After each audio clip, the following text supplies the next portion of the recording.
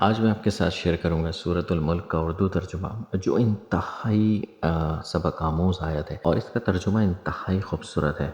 بسم اللہ الرحمن الرحیم۔ شروعات اللہ کا نام لے کر جو بڑا مہربان نہایت رحم والا ہے، جس کے ہاتھ میں بادشاہی ہے، بڑی برکت والا ہے، وہ ہر چیز پر قادر ہے۔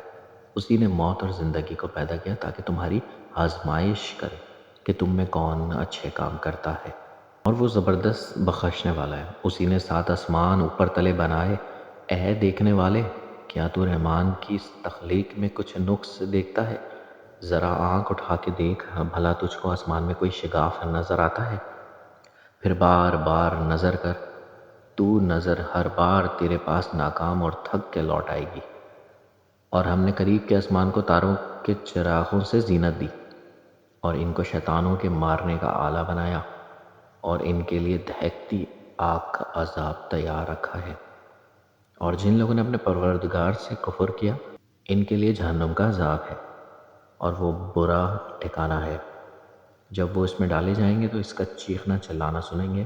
جب اس میں ان کی کوئی جماعت ڈالی جائے گی تو دوزخ کے داروغہ ان سے پوچھیں گے کہ کیا تمہارے پاس کوئی خبر کرنے والا آیا تھا؟ وہ کہیں گے کہ کیوں نہیں، ضرور خبر کرنے والا آیا تھا، بس ہم نے اس کو جھٹلا دیا اور کہا کہ اللہ نے تو کوئی چیز نازل ہی نہیں کی، ہم تو بڑی غلطی میں پڑے ہوئے ہیں۔ اور کہیں گے ہم سنتے یا سمجھتے ہوتے تو دوزخیوں میں نہ ہوتے۔ بس وہ اپنے گناہوں کا اعتراف کر لیں گے۔ سو دوزخیوں کے لیے رحمت سے دوری ہے، اور جو لوگ بن دیکھے اپنے پروردگار سے ڈرتے ہیں ان کے لیے بخشش اور اجر عظیم ہے۔ اور تم لوگ بات پوشیدہ کہو یا ظاہر، وہ تو دل کے بھیدوں تک سے واقف ہے۔ کیا جس نے پیدا کیا وہ علم نہیں رکھتا؟ وہ تو پوشیدہ باتوں تک کا جاننے والا ہے، ہر چیز سے آگاہ ہے۔ وہی تو ہے جس نے تمہارے لیے زمین کو ہموار بنایا، تو اس کے رستوں پہ چلو پھرو اور اللہ کا دیا ہوا رزق کھاؤ۔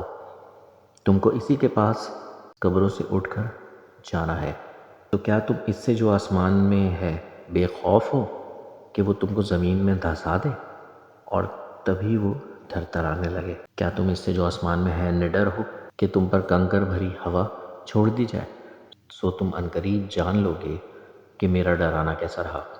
اور وہ لوگ ان سے پہلے تھے، انہوں نے بھی جھٹلایا تھا، سو دیکھ لو میرا عذاب کیسا ہوا۔